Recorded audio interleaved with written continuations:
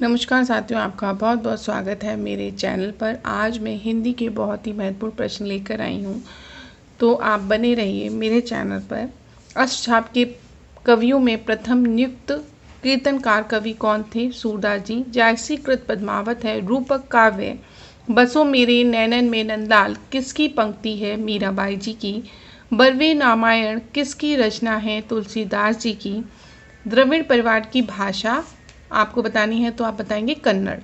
काशिका बोली है बनारस की। हिंदी प्रदीप पत्रिका के संपादक बालकृष्ण भट्ट हैं। आवारा मसीहा रचना है विष्णु प्रभाकर जी की।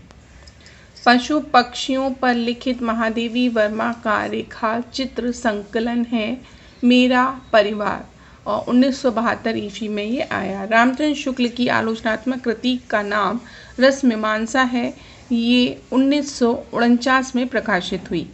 अब लो नसानी अब ना नसे हैं, ये किसकी पंक्ति है, किस कवि की? तो आपको बताना है तुलसीदास जी की। राउल वेल किसकी रचना है? रोड कवि की। ठेले पर हिमालय किस विधा की रचना है? तो ये है आपकी निबंध रचना। उद्धव शतक किसकी कृति है? जगन्नाथ दास रत्नाकर की। हिंदुस्तानी भाषा का रूप क्या है? हिंदी उर्दू मिश्रित। प्रकृति के सुकुमार कवि किसे कहा जाता है? सुमित्रा नंद पंत जी को। राष्ट्र कवि कहा जाता है रामधारी सिंह दिनकर जी को। यदि हम बात करें बंगदूत नामक पत्र किसने लिखा? तो राजा राममोहन राय ने। आप इनके विषय में जानते ही होंगे, ये समाज सुधारक भी थे और इन्हें राजा ये नहीं थे कहीं के, इन्हें इनकी उपाधि राजा मिली थी। फिर है हिंदी साहित्य का वैज्ञानिक इतिहास की रचना किसने की? तो जो वैज्ञानिक इतिहास लिखा डॉक्टर गणपति चंद्र गुप्त जी ने। सखी संप्रदाय के प्रवर्तक हैं स्वामी हरिदास जी। रीतिकाल के प्रथम कवि, आपसे पूछ लेता है एग्जाम में, रीतिकाल के प्रथम कवि हैं केशवदास जी। उपेंद्र नाथ अशक ये कहानीकार और एकांकीकार भी हैं।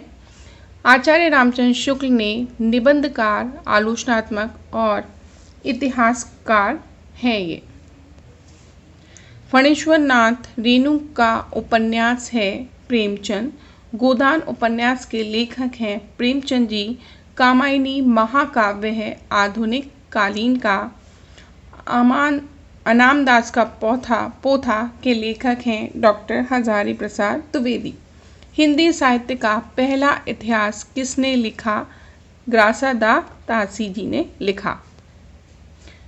त्रिवेणी के लेखक हैं आचार्य रामचंद्र शुक्ल। आदिकाल को सिद्ध सामंत काल किसने कहा?